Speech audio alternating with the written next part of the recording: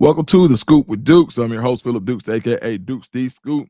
Check me out on Twitter and Instagram at Dukes D Scoop, and please be sure to hit the like and subscribe button. If you have not become a member yet, uh, check out the link in the description. You'll be able to go. If you scroll down, you'll see it where you can become a member. We got varying levels of support, and it's what keeps us going here at the Scoop.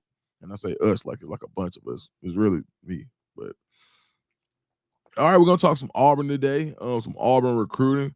I wanted to dive into a few things. Got some pretty got a little juice, not a whole lot, and been hearing some good things about player led practices as well. So I just wanted to share with you guys a little update. I guess I'll lead with let's talk about Wilson Zaire, a guy who I've had a time pronouncing his name, but is Zaire and a legacy. Right now, currently playing at Raven Gap. Has some really good film, offensive tackle, crazy offer list. There have been at different times in his recruitment, it felt like, he was Auburn's to lose, and then it felt like Auburn was recruiting against the big boys once again, and then the momentum kind of shifted. Um, does not have a current date from what I understand. And I just want to make sure right quick. But yeah, when you look at his OV list, right now, according to 24/7, he OV'd at Florida State, Georgia, then Auburn, Wisconsin, Michigan, South Carolina, and Bama. That's a lot. He made a lot of his time. A lot of the latest buzz around him has been Florida State. Auburn, Florida State battles are going to be key in this recruiting cycle. You're gonna see guys go back and forth. They have a lot of similarities on their board. This is one of them. But right now, I'm hearing Zire could because there's a little bit of movement here, and Auburn has made a move. I don't think it's a done deal, but right now, man, I think soon you could see. I wouldn't be surprised if you see a commitment to Auburn, and I think this is. And I don't, and of course, I know people like, oh, Dukes is always wrong and all of this, but I got some pretty good intel. And if he doesn't commit right now, cool. But what I'm telling you is that this is one I will monitor. Um, and I think that right now Auburn is the recruiting efforts have. I don't think Auburn ever did a bad job recruiting. I don't think they did a bad job. Do I think that they could have? And I don't think it was all money. I think it was partly evaluations, partly being aligned properly, understanding who's doing what, and having the recruiting staff on the same page as the coaching staff. So there can be guys in one wing that are higher on a guy than the other, and if those guys aren't on the same page, then that doesn't help. But I think now, where Auburn is in this cycle, for whatever reason, the things that need to be fixed have been fixed, and I know a lot of people are just talking about the money aspect of it, but now some other things that we'll talk about as well. But yeah, right now I feel like Wilson Zaire, if he makes a move and it happens soon, then if you see movement on Wilson Zaire within the next week, then I'm thinking it's gonna be Auburn. Now, if you don't see any movement before then hey, it's anybody's game. But I would say um, if you see some immediate movement, then Auburn should sit in a good position. Another guy that just made a huge jump in the on three rivals rankings is Jace Matthews, who I think he's like number 17 overall, top 20 overall for sure, which is basically, even though he's still ranked a 4-star, that's 5-star territory. The top 32 players in the country at the end are going to be 5 stars. All he has to do is maintain his status, and he's a 5-star. Auburn was in a really, really, really good position not too long ago. And now teams are picking up uh, their efforts to get Jace Matthews, especially in the state of Mississippi. Ole Miss doesn't want to let him get out of Mississippi. So uh, I think maybe about a month ago, maybe Jace Matthews may have been almost a lock to Auburn. A lot of people were feeling like that. And now for someone who's really shot up the rankings. A lot of people didn't know about him early on. They knew about him, but didn't think that he was going to be this type of highly ranked player. Jace Matthews is all he has to do is have do the same things he's been doing, and he's a 5-star. Where you're gonna get the 5-star price tag that goes along with it, and I think that right now Auburn does have a little ground to make up. I think they're still squarely in it. Marcus Davis does a hell of a job. I'd venture to say when it just comes to recruiting, as far as coaches, Marcus Davis has to be one of the better ones on that staff, if not the best, when it just comes to making contact, staying on top of guys, contacting the family, contacting the people around him, making sure that he's responsive. Marcus Davis does a hell of a job, man. Shout out to Coach Marcus Davis. And he played at Auburn. He has a different perspective. But this is going to be a lot trickier than what was initially thought. Earlier in the month, I think not too long ago, I was like, hey, they should get Jace Matthews in July. I'm not sure if that happens in July. I think he's going to announce it August, if I'm mistaken. But there was a time where it felt like he was going to commit in July. But now, shoot, man, Jace Matthews, he could end up being the top receiver in his class. Like there's like with a good senior season, he's not that far off to where people are opening their eyes and they're saying, "Hey, bro, we may have slept on this guy." Shout out to Marcus Davis and his evaluation, and shout out to the Auburn team as a whole for being on it early. So I would say Auburn still in a good position, but it's not going to be as cut and dry as it looked previously. Let's talk about Kaden Johnson, KK Johnson, tight end. Actually plays quarterback at Fort Marshall in Texas. His dad, Spencer Johnson, played in the league for like 9 years. You guys probably remember Spencer from Choctaw, Southern Choctaw back in the day. Guy who was really close with my family. Shoot, actually, KK and my son are god brothers, to be honest about it. So I've been following this recruitment a lot more closely than a lot of other ones, and I think Auburn really has a shot. So KK just shot up to top 175 in the rankings, but so this is what happened. He gets ready to come to Texas A&M. Texas A&M offers they full court press. And a lot of people just didn't know if he was going to be married to being a quarterback. So he let it be known that he would play tight end. Auburn had a need a tight end at the time. They wanted to see him in person. And, it was like, all right, well, I got to go work for the scholarship offer. Or Texas A&M is making a handsome offer. They're really into me. They see they see my potential. It makes more sense for me to love who loves me. That's what you tell recruits. Love who loves you. Auburn had, behind the scenes was watching the film and reevaluating the tight end board, and they're saying, you can watch him, if you go watch his highlights, when he pulls the ball, you're thinking, like, this is a massive guy. He's 6'6", 230 right now. Easy mover. Dad was a defensive lineman. Mom was a power forward, and I just think mom was a forward. I think she dropped like 40 points in the game. She played at Tuskegee. Ended up being an engineer at Tuskegee. Man, just phenomenal family. But the mom is like 5'10", 5'11". So it's like this guy, has the potential to fill out even more. So a physically imposing guy, great hands, natural athlete. I think he'll be a great get for whoever gets him. Auburn has a lot of ground to make up, but this is where Auburn really wins. KK was raised around Dexter Murphy, who I don't know if you guys remember Dexter Murphy out of LaGrange, who played defensive line at Auburn in the early 2000s. He's back in Auburn. DeMarco McNeil. These are guys who were in his dad's wedding, Spencer Johnson's wedding. DeMarco McNeil is like another family member. He's in Auburn. Two of his aunts literally, they came to school with us.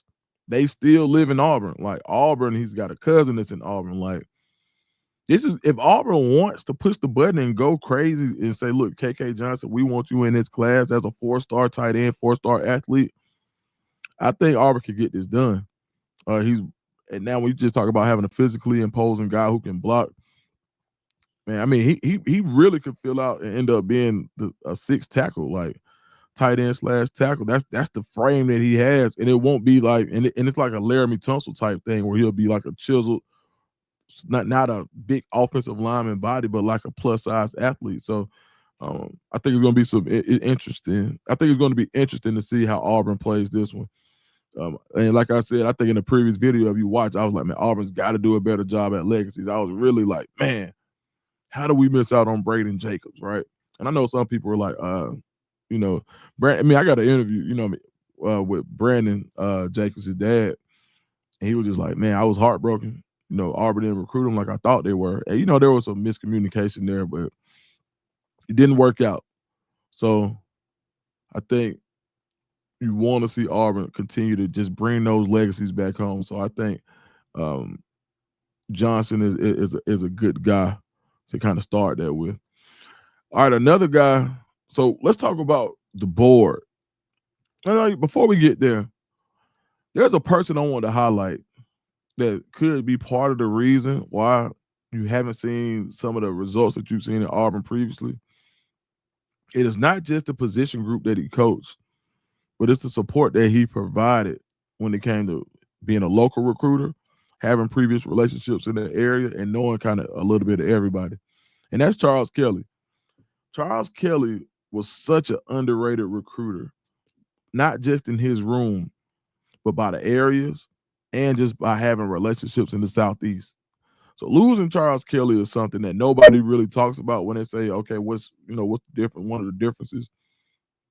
But that staff, like when you just look at some of the staff members, like, and the relentlessness of recruiting, and Charles Kelly is the OG. Like everybody loves Coach K. CK, everybody loves CK, dog. Just one of the best personalities in football.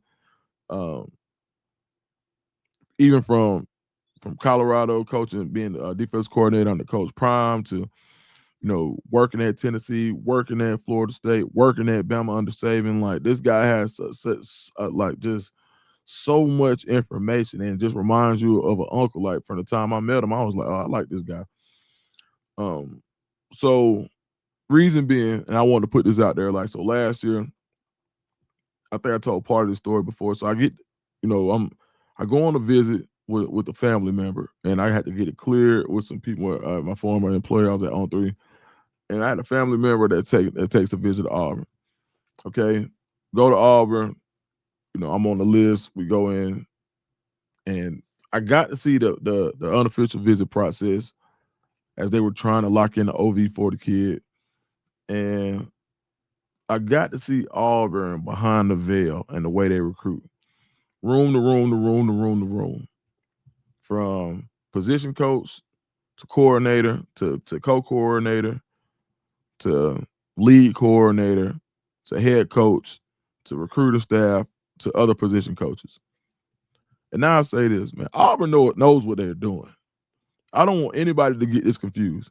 And if you and God is my witness, and I know people are, oh, he's just making stuff up. Ask Jeffrey Lee, ask Chris Clemente. I'm walking out like I'm literally walking out of the building like with a player, and they're just like, "Dukes, what the hell are you doing?" And I hadn't seen Lee in a minute. I hadn't seen either one of them because I was working the national beat at On 3 at the time. And I'm just like, hey man, it's my nephew, such and such, such and such. And they get it, but I'm not making this up. This is the truth. I really got to see it behind the veil. And I'll say this: Auburn does such a good job of football. DJ Durkin, like his conversation is ball. Like DJ Durkin isn't the guy who's going to be like, oh man, what video game are we playing tonight? He wants to talk ball, and if you got a kid that wants to talk ball, that's who that is. So from the position coaches, everybody was nice, And I'll say this, because there were multiple people who had no clue who I was. Coach Freeze knew. Coach Freeze knew. Kelly knew. Well, some of those guys I just hadn't met, especially not personally. And for them to treat me with the care, not just me, but the family as a whole, to treat people with that type of respect.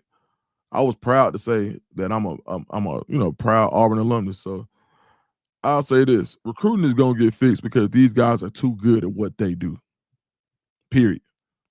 They're too good at what they do for recruiting not to get fixed. Kenyatta Watson, another one, dog. These Will Redman. These guys are too good at what they do not to improve their recruiting rankings. They're going to be fine. And I just want to put that out there because I know it's still like, all right, well, the money in August 1st, that's high level stuff.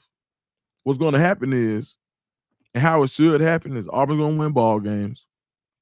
They're going to get more guys on official visits, and everything will be hunky dory. You don't have to have a top 10 class. I think Auburn can still sneak into the top 15 with some of the guys that they have on their boards that they can circle back on because a lot of the guys, a lot of the time, a lot of these people in this class weren't misses. It was like we're looking at 4-star guys that it's like, dang, why wouldn't you take that guy? And it was like, oh, we got him a little bit down the board. And I think that timing kind of hurt this year too, like the adjusted time and not having Big Cat Weekend, the new dead period, and when everything happens, I think affected Auburn too. And not to say it didn't affect everybody, but it definitely affected Auburn with the way they wanted, with the way they do things. Another name that I want to get to that a lot of people haven't talked about is Tico Crittenden. Yeah, so Tico is a 6'4", 300-pound defensive lineman, can play 0 to the really 4-eye.